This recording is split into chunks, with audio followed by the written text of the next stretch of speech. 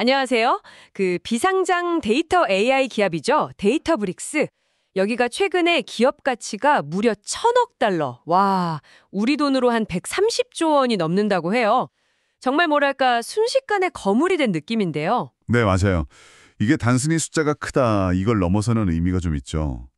이 평가 자체가 지금 데이터 분석이나 AI 플랫폼 시장이 얼마나 경쟁이 치열한지, 또 그 안에서 데이터브릭스가 얼마나 중요한 위치를 차지하게 됐는지 보여주는 거거든요.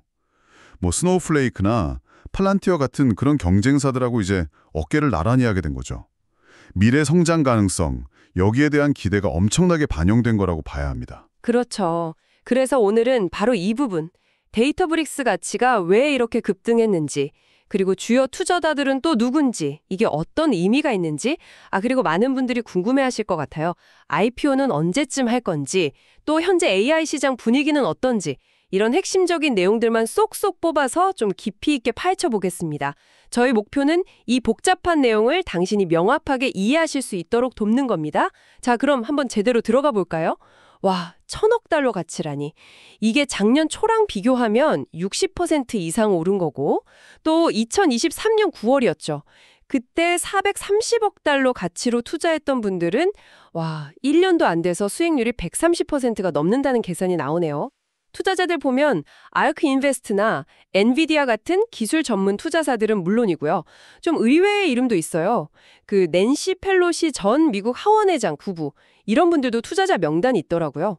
특히 이 펠로시 부부 같은 경우는 투자 가치가 최소한 200만 달러에서 많게는 1,000만 달러 이상으로 뭐 2배 이상 뛰었을 수 있다는 그런 추정도 있던데 이게 참 흥미롭습니다. 좀 더 입체적으로 볼 수 있는데요. 예를 들어 아크 인베스트의 투자는 데이터브릭스가 정말 혁신적인 기술 기업이구나, 이걸 인정받았다는 어떤 상징적인 의미가 있죠. 그리고 엔비디아의 투자는 이게 단순 자금 투입 이상이에요. AI 연산의 핵심인 칩 제조사랑 데이터 플랫폼이 만난 거잖아요. 그러니까 앞으로 기술적인 협력, 시너지 이런 걸 기대하게 만드는 거죠. 이게 나중에 AI 워크플로우 최적화 경쟁에서 데이터브릭스한테는 굉장히 중요한 전략적 우위가 될 수도 있고요. 또 펠로시 전 의장 부부의 투자는 어떻게 보면 실리콘밸리 혁신 기업에 대한 어떤 정치권의 관심, 이런 것까지 보여주는 단면이라고 할 수 있겠습니다. 결국 이 모든 게 뭘 말하냐면 데이터브릭스가 그냥 기술력만 좋은 회사가 아니라 시장에서 강력한 신뢰를 받고 있고 또 미래 가치에 대한 기대가 어마어마하다는 거 증명하는 거죠. 네. 근데 이렇게 가치도 높게 인정받고 투자 유치도 잘 되고 있는데 왜 아직 상장, IPO는 안 하는 걸까? 많은 분들이 이 점을 궁금해하실 것 같아요. 그 CEO 알리 고드시는 2024년 초에 시장 불확실성 얘기했었잖아요. 근데 이번에 오히려 1,000억 달러 평가를 받으면서 IPO를 더 늦출 수도 있다, 이런 분석도 나오더라고요. 네, 그럴 가능성이 충분히 있습니다. 왜냐하면 이미 막대한 자금을 확보했잖아요. 그리고 기업 가치가 어떻게 보면 최고조에 달했다, 이렇게 판단하면 굳이 서둘러서 상장할 필요성이 줄어드는 거죠. 오히려 이 높은 가치를 기반으로 뭐랄까 기존 직원들한테 유동성을 좀 제공하면서 시간을 볼 수도 있고요. 물론 그렇다고 상장을 아예 안 한다는 건 아닐 겁니다. 장기적으로는 2025년이나 2026년쯤, 그때 상장 가능성은 여전히 열려 있다고 봐야겠죠. 아마 시장 상황이 좀 안정되기를 기다리는 그런 전략으로 보입니다. 근데 여기서 또 흥미로운 지점이 있어요. CEO 본인이 직접 지금이 AI 버블의 정점인 것 같다, 이런 말을 했다는 거예요. 그러니까 실질적인 기술 없이 그냥 이름값, 기대감만으로 너무 높은 가치를 받는 현상, 이걸 경계하는 발언을 한 거죠. 와, CEO가 직접 버블을 언급하다니 상당히 솔직한데요. 근데 그 발언이 어쩌면 시장의 기대치를 좀 관리하려는 걸 수도 있고, 아니면 너무 과열된 경쟁사들하고는 우리는 좀 다르다, 뭐 이런 차별화, 그런 전략적인 의도도 좀 깔려 있지 않을까 싶기도 하고요. 그럼 데이터브릭스 스스로는 이런 논란에서 완전히 자유로울 수 있을까요? 경쟁사들 있잖아요. 스노우플레이크나 팔란티어. 이 회사들과 비교했을 때 뭐 기술적으로 확실한 차별점이 있는 건가요? 네. 데이터브릭스가 내세우는 차별점은 바로 레이크하우스 아키텍처입니다.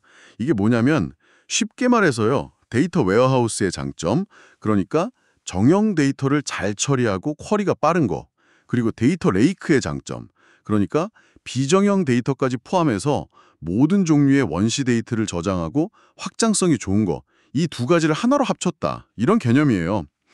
그래서 데이터 분석하고 AI 모델 개발할 때 필요한 데이터 준비 과정을 하나의 플랫폼에서 다 효율적으로 처리할 수 있다. 이게 핵심이죠. 이건 확실히 데이터 저장이나 분석에 강점이 있는 스노우플레이크나 아니면 정부나 국방 쪽 데이터 분석에 특화된 팔란티어와는 좀 다른 접근 방식이긴 합니다. 하지만 이 경쟁사들이 다 상장사잖아요. 그러니까 나중에 데이터브릭스가 IPO를 한다면 투자자들은 당연히 이 회사들하고 비교하면서 가치를 아주 엄격하게 평가할 거라는 거죠. 만약 지금 평가받는 가치가 이 경쟁사들 시가총액하고 비슷하거나 이걸 넘어선다. 그러면 당연히 시장의 주목을 엄청나게 받겠죠.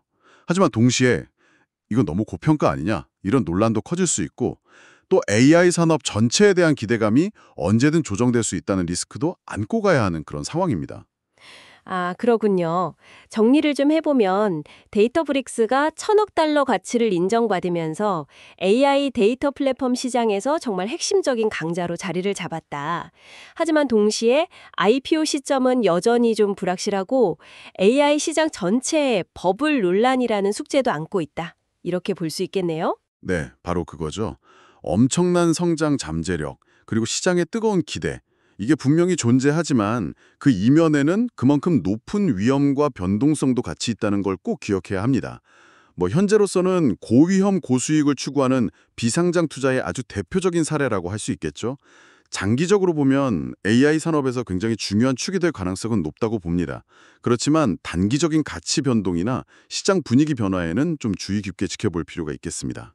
네, 오늘 저희가 함께 살펴본 이 내용들이 당신이 데이터브릭스라는 기업 그리고 현재 AI 시장의 복잡한 역학관계를 이해하시는데 조금이나마 도움이 되었기를 바랍니다. 마지막으로 이런 질문을 한번 던져보고 싶네요. 이렇게 가치가 급격하게 변동하는 상황 속에서 당신은 AI 분야의 진정한 내재 가치와 그냥 일시적인 거품을 어떻게 구분하시겠습니까? 이 데이터브릭스의 여정에 앞으로 AI 시장이 나아갈 방향에 대해서 우리에게 어떤 질문을 던지고 있다고 생각하시나요? 한번 깊이 생각해 보실 만한 그런 화두인 것 같습니다.